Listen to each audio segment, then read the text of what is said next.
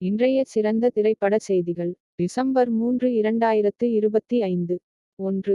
Classic home alone திரைப்படத்தில் நடித்த மார்வ் என்று அழைக்கப்படும் டேனியல் ஸ்டெர்ன் தனது கலிபோர்னியா பண்ணையில் அமைதியான வாழ்க்கையை விரும்பி படத்தின் 35வது ஆண்டு விழாக்களில் கலந்து கொள்ளப் போவதில்லை என்று தெரிவித்துள்ளார். 2.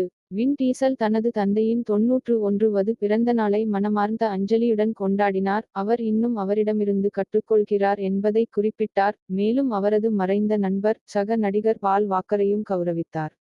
3. ஜேம்ஸ் கேமரூனின் புதிய காவியமான அவதார் ஃபியர் அண்ட் ஆஷுக்கு ஆரம்பகால எதிர்வினைகள் இதை ஒரு அதிர்ச்சியூட்டும் காட்சி என்றும் இந்த ஆண்டின் மிகப்பெரிய சினிமா நிகழ்வுகளில் ஒன்று என்றும் அழைக்கின்றன. 4. 5ஆம் நாளில் தனுஷும்மை குறி சனோன் நடித்த காதல் படமான தேரே இஷ்க் மெயின் ரூபாய் 71 கோடியை தாண்டியுள்ளது. இது ஒரு பெரிய பாக்ஸ் ஆபீஸ் மைல்கல். 5. வரவிருக்கும் உளவு அதிரடி படமான துரந்தர் ரன்வீர் சிங் நடித்த வலுவான முன்பதிவுகளை பதிவு செய்துள்ளது. முதல் நாள் டிக்கெட் விற்பனை ஏற்கனவே ரூபாய் 67 கோடியை எட்டியுள்ளது. 6. துரந்தர் 17 ஆண்டுகளில் மிக நீண்ட இந்தி படமாகவும் 214 நிமிட இயக்க நேரத்துடனும் தலைப்புச் செய்திகளில் இடம் பிடித்துள்ளது. இது லகான் மற்றும் ஜோதா அக்பர் போன்ற காவிய படங்களுடன் இணைக்கப்பட்டுள்ளது. 8. டிசம்பர் 2025 பாலிவுட் வெளியீடுகளுக்கு மிகப்பெரிய மாதங்களில் ஒன்றாக உருவாகி வருகிறது. 4 முதல் 5 வார இறுதிகளில் பல படங்கள் வெளியாகும். பாக்ஸ் ஆபீஸ் போர்.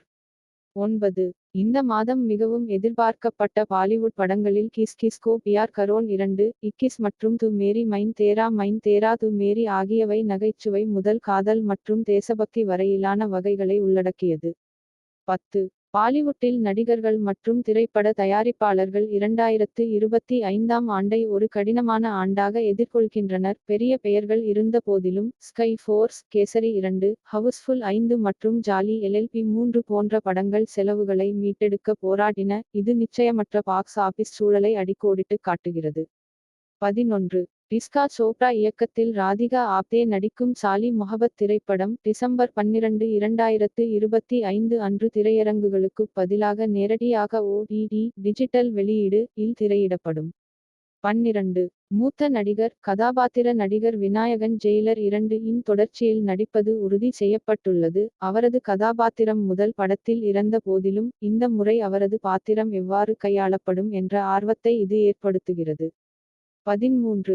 நடிகை கிருத்தி ஷெட்டி தமிழ் சினிமாவில் மீண்டும் ஒரு வலுவான மறுபிரவேசம் செய்கிறார். அவருக்கு வா வாத்தியார், லவ் இன்சூரன்ஸ் கொம்பனி, லீக் மற்றும் ஜெனி ஆகிய 3 படங்கள் டிசம்பரில் வெளியிடப்பட உள்ளன.